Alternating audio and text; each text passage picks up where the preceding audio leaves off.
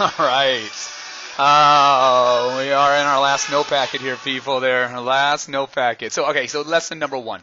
Lesson number one is the beginnings of our probabilities. So, this is why we're kind of combining one and two together, although in a way, we're kind of not really doing much of two. But anyway, you'll see when we get there. Okay, so here we go. Have you ever heard a weatherman say there's a 40% chance of rain tomorrow, or a football referee tell a team there's a 50-50 chance of getting heads on a coin toss to determine which team starts the game? Okay, these are probability statements, all right?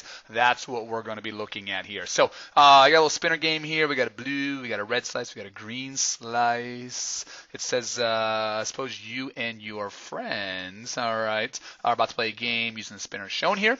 Decide who will go first. Each person's going to pick a color. Each person takes a turn spinning the spinner and recording what color it spins on. Okay, the winner is the person whose color happens first 10 times. Okay, so which color is the best chance to occur 10 times? Well, yeah, it's green all right there.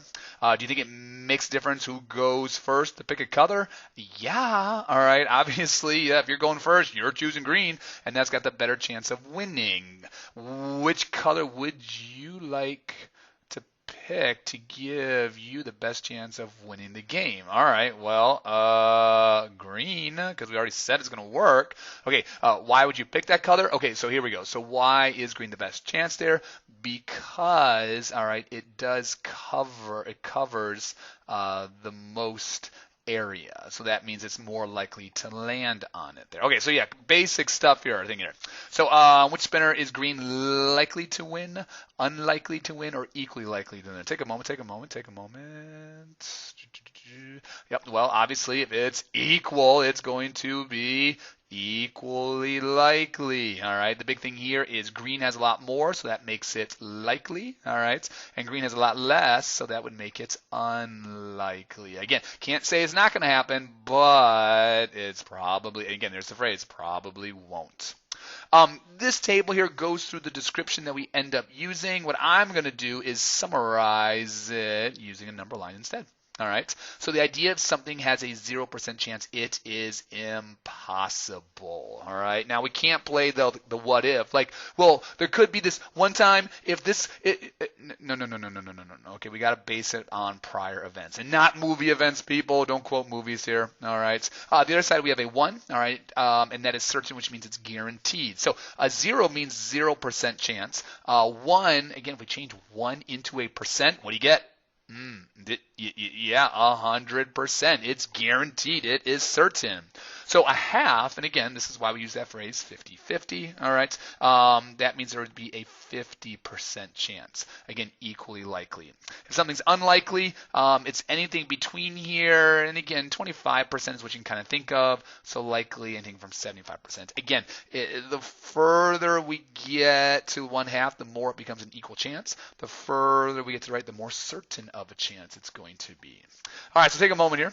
See what you would think. We'll do the first one together, though, but we'll let you kind of start filling them in, all right?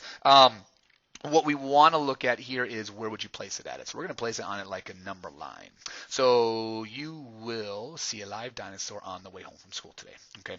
As of right now, based on all the information that we have, and not from any recent movies that you might have seen like Jurassic Park, you would say that would be? Yeah, impossible. Now, if you're like, well, nothing's ever impossible, well, yeah, we have to base it off what we've got going on right now. So if you want, and you want to put it just a smidge over, but you pretty much need to be on that 0, okay? As of right now, we don't have any sort of evidence that's going to say that, yeah, you're going to see a dinosaur on your way home from school today, all right? So where would your place be at? A solid rock is dropped in the water, will sink. All right.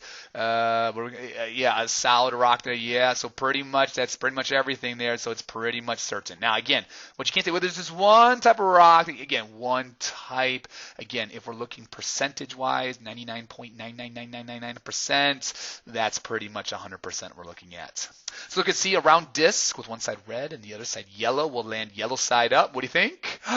Yeah, equally likely. So that's at 50%, so we'll place that right in there. So D, a spinner with 4 equal parts, numbered 1 through 4 will land on a 4. Now, this is what we're going to start getting into. Okay, we'll land on the 4. Well, okay, 4 equal parts. There's only one way it can be the 4, so that's 1 out of the 4. Well, again, if you're thinking about a fraction, what is 25%? Yeah, so that would go right there in the middle for the letter D. Your full name will be drawn when a full name is selected randomly from a bag containing the full names of all the students in your class. Okay, so let's think about this here. You got all the kids in your class. Is it likely to happen? No, not all there. Equally? No. Unlikely? Yes, but where unlikely? Well, again, we could get into exact percentage. You'd have your one name out of the what? Is there about like 26, something like that? 1 out of 26. So we're going pretty far. It's not impossible. It's definitely not 20.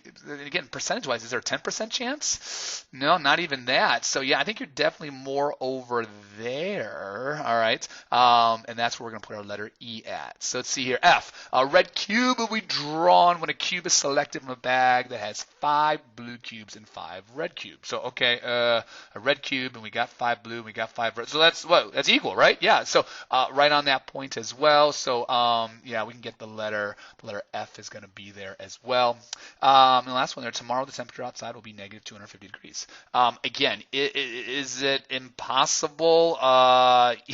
Based on what we've got so far, pretty much say yes there. Again, and the thing is, if you can go no, there's a 0.00. Yeah, okay, yeah. What's that really close to? Yeah, 0. So we're gonna place it on there. All right. So here we go. Take a moment with this. See if you can design a spinner. So the probability of spinning green is 1. Now again, I know I kind of really went through that fast, but I think that based on prior experiences, you've got a lot of it there. All right. Did you get it done? Did you get it done? Did you? Oh, get it taken care of. Spinning on the spinner is green. Well, there's my spinner. There's my arrow.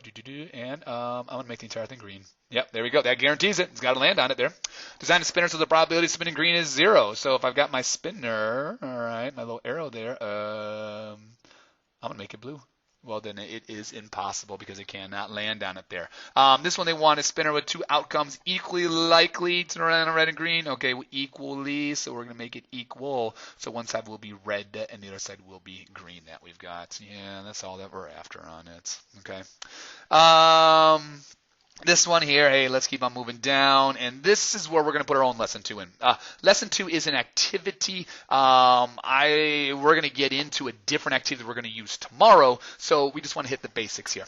When we're dealing with probability and we're writing out probability questions, what we use is we use the capital P to stand for probability, and then whatever we want to happen, we wrap in parentheses. So if I want to know what's the probability of flipping a coin and getting heads, so the probability of this happening, well, probability is always the total number of outcomes, all right?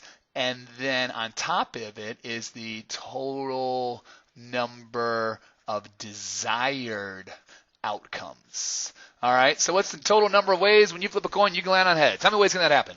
Well, it can only happen one way. All right, that's for it to land on heads. All right, the other option, the total number of outcomes, well, it could land on heads or it could land on tails. So that would give you 2, and that's why it's 1/2. That's why it's your 50%. So what about if we say the probability of rolling, all right, a 5 on a die?